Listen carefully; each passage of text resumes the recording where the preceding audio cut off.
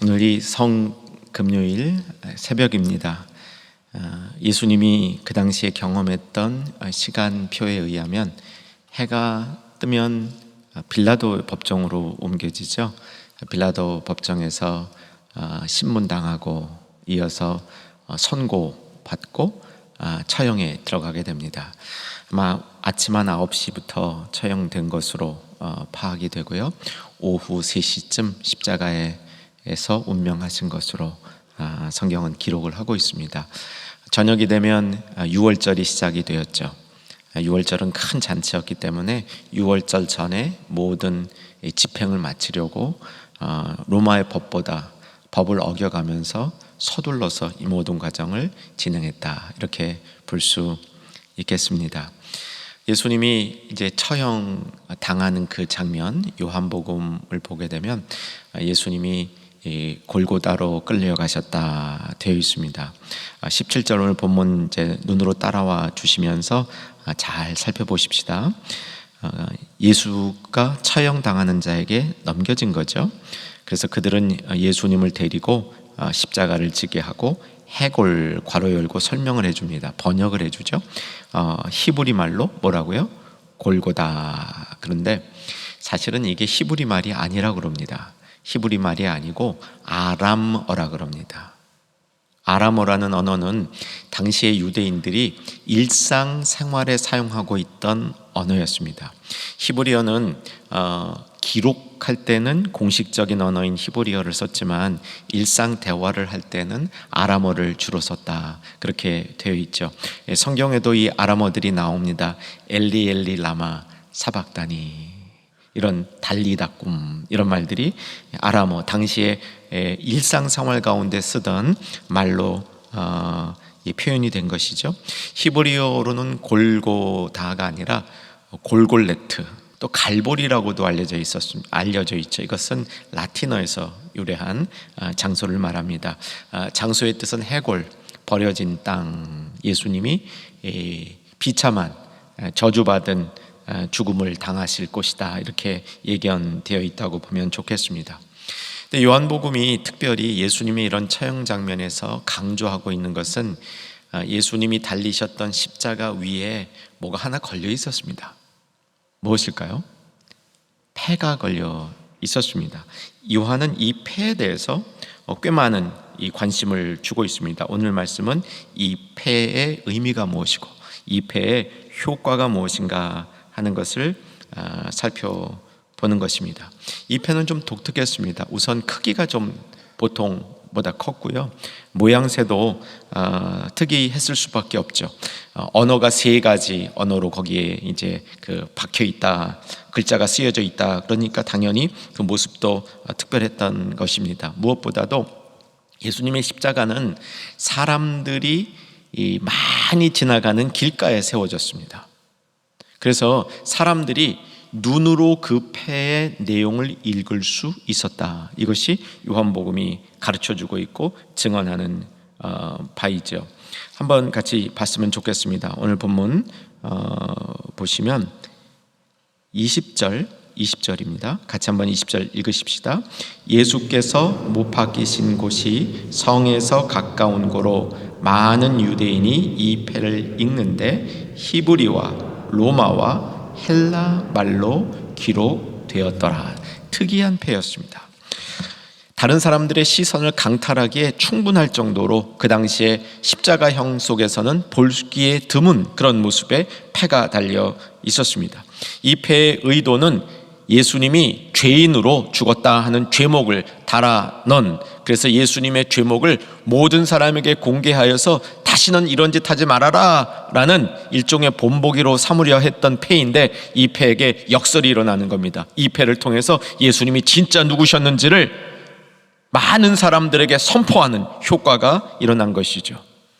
오늘 이 패가 왜 이례적인가를 살펴본 다음에 이 패의 효과 살펴보면서 말씀을 풀어가도록 하겠습니다. 예수님 십자가 위에 패가 달렸다는 사실 자체가 이례적인 겁니다. 예수님 옆에 2 강도가 같이 십자가를 졌죠. 기억하시죠? 이 강도들에게도 패가 달려 있었을까요? 제 생각은 안 달려 있을 것이라고 추측을 합니다. 예수님의 십자가에만 패가 달려 있었을 것입니다. 이 패를 죄패라고 부르는 것 혹시 기억을 하실까요? 이것도 우리가 오늘 살펴봐야 될 부분입니다. 마태복음과 마가복음은 이 패를 죄패라고 부르고요, 누가복음과 요한복음은 그냥 패라고 얘기를 합니다. 거기에도 의미가 담겨져 있습니다. 당시 이제 습관을 보게 되면요, 십자가에 처형되는 사람에게 표식을 해두는 것은 이례적인 것이 아니었다고 합니다. 더 많은 경우 십자가에 처형되는 사람에게 이 사람의 죄가 뭐다라는 표식을 해두었답니다. 그럴 경우 작은 타블렛 같은 것을 십자가 처형이 끝난 다음에 십자가에다가 덧붙이는 형식으로 진행했다는 겁니다. 그러니까 십자가의 처형이 시행될 당시에 패를 붙이고 시행되는 경우는 이례적인 것이었다, 이렇게 정리해 볼 수 있겠습니다. 마태복음과 마가복음은 이 패가 죄패, 죄의 명목을 적은 패라고 얘기하지만, 요한복음은 그리고 누가복음은 죄의 명목을 적었다기보다는 예수님이 어떤 분이신가, 예수님이 누구인가를 적은 명패였다, 이렇게 해석을 하고 있습니다. 여러분, 이런 차이가 생기는 것은 그렇게 이상할 일이 아닙니다. 왜냐하면 십자가에 패가 붙었다는 사실이 이례적이기 때문에 그것을 죄패로 해석을 하든 명패로 해석을 하든 그것은 어떤 해석도 가능하다고 볼 수 있겠습니다. 이 패의 특이한 부분은, 두 번째 특이한 부분은 크기와 디자인이 굉장히 달랐던 것 같아요. 붙었다는 사실도 특이하지만 이 패의 사이즈가 좀 컸던 것 같아요. 이 부분을 또 연구한 학자의 견해에 의하면 아마 예수님이 달리시던 십자가 위에 붙은 패는 하얀 바탕에 검정 글씨 혹은 빨간 글씨로 쓰여진 패였을 것이다, 이렇게 정리를 합니다. 만약 그렇다면 정말 지나가는 사람들이 쉽게 볼 수 있었던 것으로 파악이 듭니다. 눈에 확 들어오도록 그게 의도적으로 디자인되지 않았나, 그런 판단이 듭니다. 세 가지 언어로 쓰여졌다, 이것도 이례적이죠. 보통 이제 유대인들, 이방인들을 위한 처형이 십자가이기 때문에 십자가 위에 패 같은 경우도 유대식 이 언어인 히브리어 하나만 썼을 것으로 예상이 되는데, 헬라어도 쓰여 있고 라틴어도 쓰여 있다, 이렇게 되어 있다는 사실도 참 특이합니다.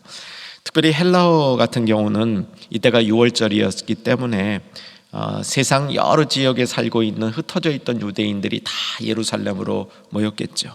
이들이 히브리어를 좀 하는 사람도 있었지만 태어날 때부터 이방 지역에서 태어났기 때문에 히브리어를 못하고 헬라어만 하는 사람도 많았을 겁니다.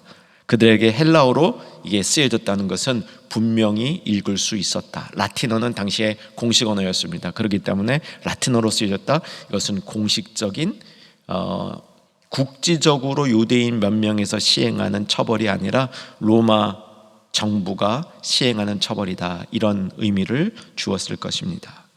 세 가지 언어로 쓰여졌다는 것에는 상징적인 의미도 있다고 보아야 합니다. 이 세 가지 언어는 당시의 지중해 문화권에서 가장 많이 사용되던 언어들을 모아놓은 겁니다. 만약 히브리어 속에 아람어를 포함시킨다면 이것은 분명히 맞는 판단입니다. 참 흥미롭죠?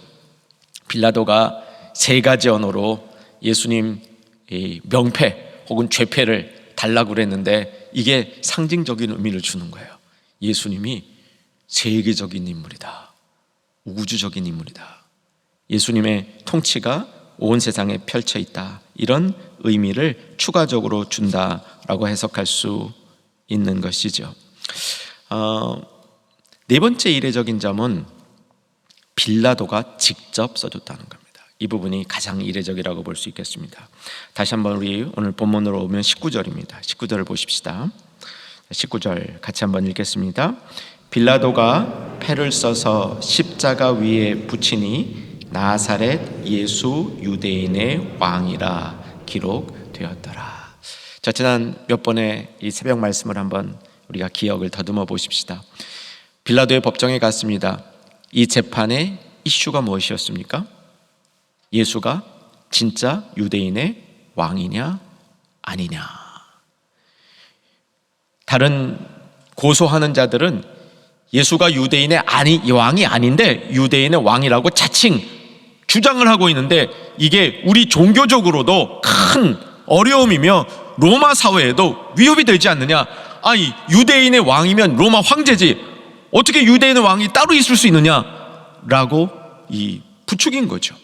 우리는 저런 유대인의 왕을 둔 적이 없다라고 강력하게 저항을 한 것입니다.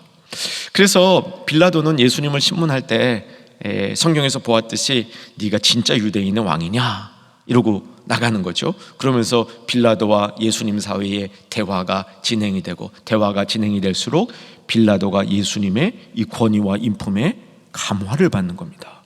그래서 나중에는 물어봐요. 진리가 무엇이냐? 이렇게 물어보죠. 진리 자체이신 예수님 앞에서 진리가 뭐냐라고 질문합니다. 이후에 빌라도가 처형에 들어가서도 빌라도는 굉장히 마음이 왔다 갔다 했습니다. 예수를 생각하면 이분 정말 특별한 분 같은데, 밖에서 고소한 자를 생각하면 이들이 말하는 게 정말 자기의 정치적 생명을 끊을 수도 있다. 당신은 가이사에 대한 충신이 아니다, 유대인의 왕이라고 가이사의 왕권을 무시하는 이 예수를 살려둔다면 당신은 가이사의 충신이 아니다, 이렇게 해대니 빌라도가 갈피를 잡을 수 없었던 거죠. 그래서 어제 새벽 말씀처럼 불의한 걸 알면서도 인간들의 어떤 세력에 눌려서 빌라도가 잘못된 결정을 하게 된 겁니다.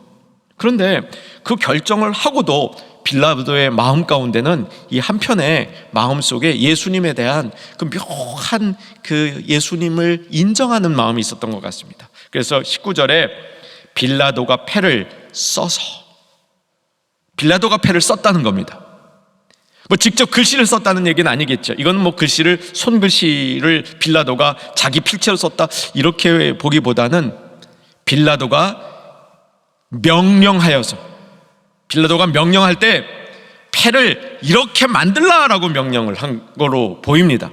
그래서 당시에 가장 두드러지게 패를 만드는 방식인 하얀 바탕에 까만 글씨, 이렇게 빌라도가 지정해 주지 않았나 하는 생각도 들어요. 크기도 그냥 빌라도가 지정해주고 그 안에 들어갈 언어도 빌라도가 다 지정해준 것이 아닌가, 이런 판단이 듭니다. 빌라도의 마음속에 예수를 처형하라는 선고는 하였지만 그의 마음이 예수님을 인정하는 약간의 구석이 있었던 것으로 파악이 되죠. 빌라도가 패를 만들었다는 이 사실이 세간에 알려졌을 것입니다. 그래서 지나가는 사람들이 와, 저 패가 뭐야? 사실 예수님의 십자가보다도 예수님 위에 달려있는 명패에 많은 사람들이 관심을 가졌던 것으로 보입니다. 저 패가 뭐지? 저 패가 빌라도가 만들었대? 이런 소문들이 퍼지면서 그 패에 대한 관심은 더욱더 커졌을 것으로 판단이 되어집니다. 여기에 아이러니가 발생한 거죠. 사실은 빌라도가 이 패를 쓰면서 그 패의 내용이 다 옳다고 자기가 믿고 있는 바를 양심 선언한 것은 아닌 것 같습니다. 자신의 그 지위와 자신의 양심을 걸고 예수는 유대인의 왕이다 라고 쓴 것만 같지는 않습니다. 잘 봐줘봐야 자기 속에 있는 작은 양심, 그 양심을 이 죄의 몫으로 나사렛 예수 유대인의 왕, 이런 죄의 몫으로 걸어서 예수님의 십자가 위에다가 걸어놓은 것 같습니다. 그런데 그것이 많은 사람들의 관심의 대상이 되었고, 지나가는 사람들마다 예수님 십자가 위에 달린 명패를 주목했다는 겁니다. 뭐가 써 있다고요? 나사렛 예수 유대인의 왕. 요한복음은 예수님의 처형을 생각하면서 세상 사람들은 예수님을 유대인의 왕이라고 자칭 주장한 것 때문에 예수님을 처형했지만 사실 그 예수님이 진짜 유대인의 왕일 뿐만 아니라 온 우주의 왕이다. 히브리어, 라틴어, 헬라어, 이 세 가지 언어로 선포될 만큼, 이 세 가지 언어를 쓰는 모든 세계가 인정할 만큼 예수님은 진짜 유대인의 왕이었다는 이런 놀라운 아이러니를 행하고 계신 것이죠.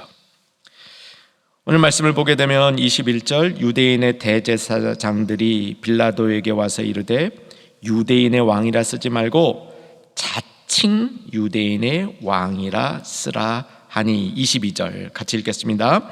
빌라도가 대답하되 내가 쓸 것을 썼다 하니라.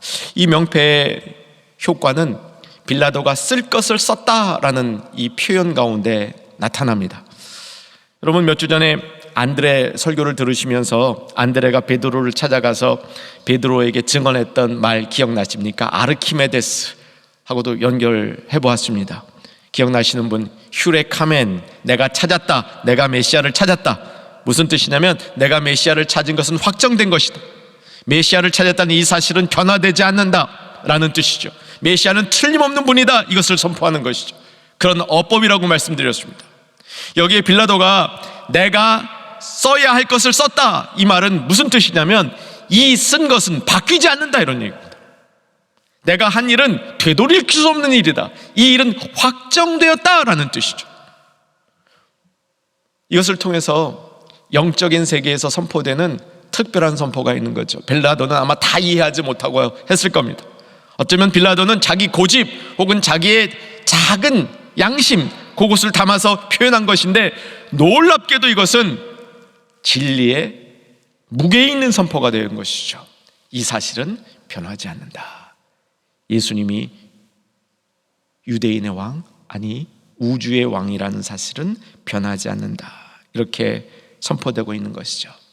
사랑하는 여러분, 오늘 아침 우리 사랑하는 예수님이 우리의 왕, 우주의 왕이신 것을 우리가 다시 한번 마음속에 깨닫고 더 깊이 깨닫고 이것을 우리 속에 그리고 세상 앞에 선포할 수 있는 하나님의 자녀들 되기를 주의 이름으로 축원합니다. 이 두 번째는요, 예수님이 십자가 달리실 때 양편의 강도가 같이 이렇게 달렸습니다. 그런데 유독 예수님의 십자가 위에만 패가 걸려 있는 겁니다. 유대인의 왕. 이것을 죄패로 달았다면 옆에 있는 두 명의 강도는 강도왕 밑에 있는 추종자들이고요, 가운데 있는 예수님은 도둑들, 강도들의 왕이라는 겁니다. 자칭 유대인의 왕, 실제는 강도들의 왕, 이런 모습으로 보여질 수 있도록 제작되어 있다, 이렇게 이해해 볼 수도 있겠죠. 그런데 결과는 그게 아니었습니다. 강도들의 왕이 아니라 죄인들을 위한 왕이다. 옆에 강도들과 함께 예수님이 그 십자가를 달리실 때 예수님도 강도 중에 하나였고 그 위에 패를 달므로 강도 중에 가장 나쁜 강도로 치부하려는 그런 의도가 있었던 것 같습니다. 그런데 그 모습은 오히려 반대로 나타나는 거죠. 예수님 옆에 있었던 그 강도들을 위한 왕, 이런 모습으로 나타난 겁니다. 저는 이 예수님의 명패를 누가복음을 상세히 연구하면서 이 누가복음 연구 중에 예수님의 명패를 보면서 마음에 큰 은혜를 받았던 적이 있었습니다. 지난 고난주간 동안 이 말씀을 우리 사랑하는 성도님들하고 나눴는데, 누가복음에 보면 예수님 십자가 위에 붙어있던 그 명패를 많은 사람들이 볼 수 있었는데, 특별히 예수님 옆에 있었던 한편의 강도, 회심한 그 강도가 예수님 명패를 뚫어지게 보고 있었던 모습으로 나타납니다. 그는 예수님 명패를 보면서 예수님이 진짜 유대인의 왕, 진짜 이 세상의 왕이라는 사실을 인식할 수 있었다고 보입니다. 사랑하는 여러분, 예수님이 진짜 유대인의 왕이라는 사실을 우리 마음속에 특별한 경험으로 깨닫는 것, 이것이 십자가 명패가 주고 있는 효과인 것이죠. 어쩌면 이 명패는 조롱으로 달려있는 명패일 수도 있습니다. 지가 자칭 유대인의 왕이래. 그런데 믿음의 눈으로 볼 수 있는 일정한 사람들에게는 그것을 바라보면서 저렇게 비참하게 죽은 예수가 유대인의 왕이라면 그는 비참하게 죽어갈 우리의 인생을 위해서 대신 십자가에 달리신 메시아구나 라는 하나님의 기본적인 사랑의 원리를 깨달을 수 있는 기회가 될 수 있었다는 것입니다. 빌라도가 쓴 펜은 예수님에 대한 진실을 알리는 극한 역설의 효과를 일으켰습니다. 비록 빌라도가 모든 사실을 다 알고 쓴 것은 아니라 할지라도 그는 인식하지 못한 상태에서 하나님의 일을 돕고 있었던 것이죠. 가야바도 비슷한 일을 한 적이 있었습니다. 가야바가 한 사람을 죽여가지고 그 사람을 죽임으로 민족을 살리자, 그런 얘기를 한 적이 있었는데 이것이 예수님의 대속적인 죽음에 관한 가르침이었던 것이죠. 예수의 죽음에 관하여 당시 권력자들이 피력한 설익은 생각을 통해서 오히려 하나님의 뜻이 드러난 것이라고 볼 수 있겠습니다. 빌라도가 예수의 십자가 위에 유대인의 왕이라고 쓴 패를 걸어둔 것은 그가 어쩌면 아주 조그마한 부분, 혹시 그가 그럴 수도 있겠다라는 것을 적었지만 실제는 그를 통해서 어마어마한 하나님의 진리가 선포되고 있었다는 사실입니다. 이제 이 말씀을 우리 삶에 어떻게 적용해 볼지 잠시 생각해 보고 기도하는 시간 갖기를 원합니다. 사랑하는 여러분, 우리들은 알고 있습니다. 우리도 예수님과 함께 십자가에 우리 자신을 못 박아야 된다는 사실을 알고 있습니다. 오늘 우리 이런 사실을 인정할 수 있기를 주 안에서 소망합니다. 특별히 성금요일을 지키면서 오늘 하루에 우리의 삶을 통해서 정말 우리를 십자가에 못 박을 수 있기를 소망합니다. 우리의 육신을 십자가에 못 박을 수 없겠죠. 그래서 예수 그리스도와 함께 우리의 욕심과 정욕을 십자가에 못 박으라, 이렇게 사도 바울은 선포하고 있습니다. 여러분, 어떻게 여러분의 욕심과 정욕을 오늘 하루만이라도 십자가에 못 박는 그런 상징적인 훈련을 해볼 수 있을까요? 내가 세상에 몰입하고 있는 그 어떤 부분들을 오늘만큼은 내 삶에서 제거하면서 예수님께 집중해 보려는 노력을 할 수 있는 오늘 하루가 되기를 주 안에서 소망합니다. 이런 묵상을 한번 같이 해봤으면 좋겠습니다. 우리가 예수님과 함께 예수님이 달리셨던 십자가에 예수님에 얹혀져서 달릴 때 과연 내 위에도 명패가 붙을까? 내 위에 명패가 붙는다면 어떤 명패가 붙을까? 어떤 내용이 내 명패에 기록될 수 있을까? 여러분, 이 부분을 한번 묵상해 보면 어떨까 하고 생각합니다. 만왕의 왕 예수를 따르는 예수의 제자, 이런 명패가 붙으면 어떨까요? 또 다른 방식으로 묵상을 해봐도 좋을 것 같습니다.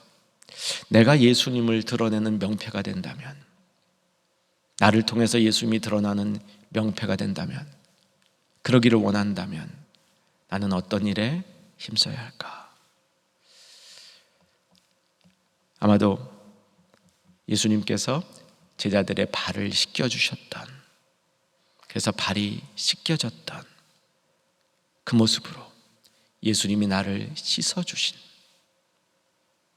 나의 큰 죄를 씻어주시고 나를 항상 사롭고 깨끗하게 하셔서 삶의 자리에서 비록 약하고 넘어지지만 다시 일어나 정결함을 받고 살아가는 그 모습이 예수님을 세상에 드러내는 명패가 될 수 있지 않을까. 사랑하는 여러분, 빌라도는 특별한 명패를 붙여서 예수님의 죽음을 오히려 세상에 드러냈습니다. 우리들이 그러한 예수님의 명패가 이 땅 위에 될 수 있기를 소망하면서 오늘 하루를 잘 지내시고 저녁에 특별 찬양과 성찬 예배 가운데 다시 한번 주님 앞에 온전히 겸손하게 세워지는 복된 중년의 가족들 될 수 있기를 주 안에서 소망합니다.